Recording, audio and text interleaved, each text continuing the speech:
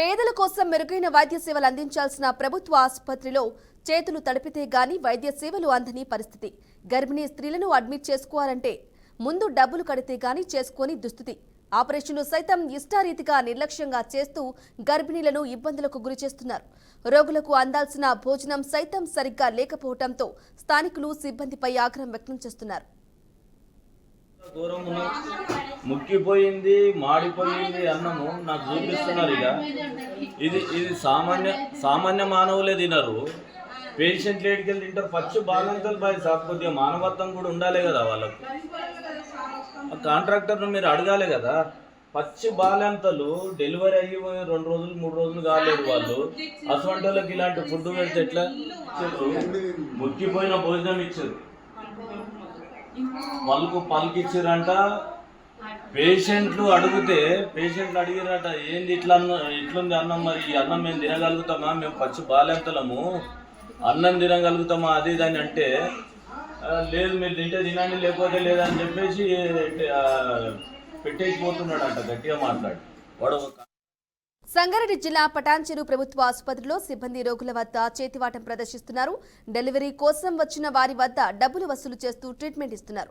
Ward boy నుంచి వైద్యం చేసే సిబ్బంది వరకు రోగుల వద్ద నుంచి బాహటంగానే డబ్బులు వసూలు చేస్తున్నారని స్థానికులు ఆరోపిస్తున్నారు.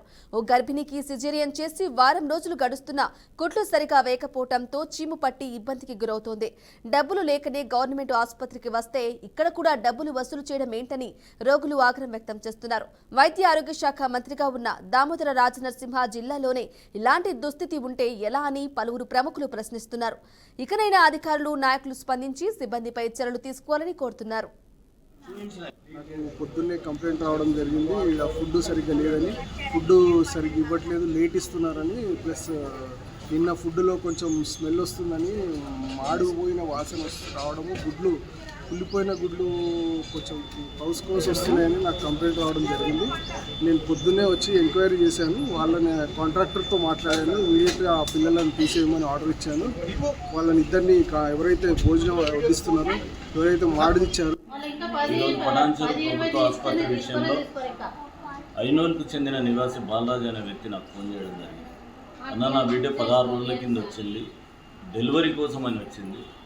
డెలివరీ సిజరిన్ చేశారు, 16 రోజుల నుంచి ఇంటికి పంపించట్లేదు. ఒకటి, ఆ సిజరిన్ చేసిన దగ్గర స్టిచెస్ కరెక్ట్ వేయలేరు. ఆపరేషన్ సరిగ్గా చేయకపోవడం వల్ల ఆ స్టిచెస్ వేయడం వల్ల ఆ స్టిచెస్లోకి వెళ్ళి చీము బయటికి రావడం అవుతుంది. ఆ చీము రావడం తగ్గియడం కోసము ఇంచుమించు 1 వారం రోజుల నుంచి ఇక్కడ పెట్టుకున్నారన్న. కొద్దిగా మమ్మల్ని ఇక్కడ వచ్చి డాక్టర్ని కనుక్కో అంటే నేను రావడం జరిగింది. సూపరింటెండెంట్కి ఫోన్ చేశాను. సూపరింటెండెంట్ శ్రీనివాసరెడ్డి గారికి ఫోన్ చేసి మాట్లాడాను. ఇక్కడ ఈ ప్రాంతంలో చూస్తే నిజంగా అధ్వానంగా ఉంది. ప్రభుత్వ హాస్పిటల్కు వచ్చే వాళ్ళు ఆర్థిక స్తోమత లేని పేద ప్రజలు వస్తారు. వీళ్ళు వాళ్ళను హక్కున చేర్చుకొని వైద్యం అందించాల్సిన విషయం పోయి వాళ్ళ పాపం చాలా ఇబ్బందులు పెడుతున్నారు, నానా ఇబ్బందులు పెడుతున్నారు. 16 రోజుల నుంచి ఒక్కొక్కరు ఆపరేషన్ అయ్యి బిడ్డను కానీ 16 రోజుల నుంచి ఈ హాస్పిటల్లో ఉంటూ ఎన్నో అవస్థలు పడుతున్నారు.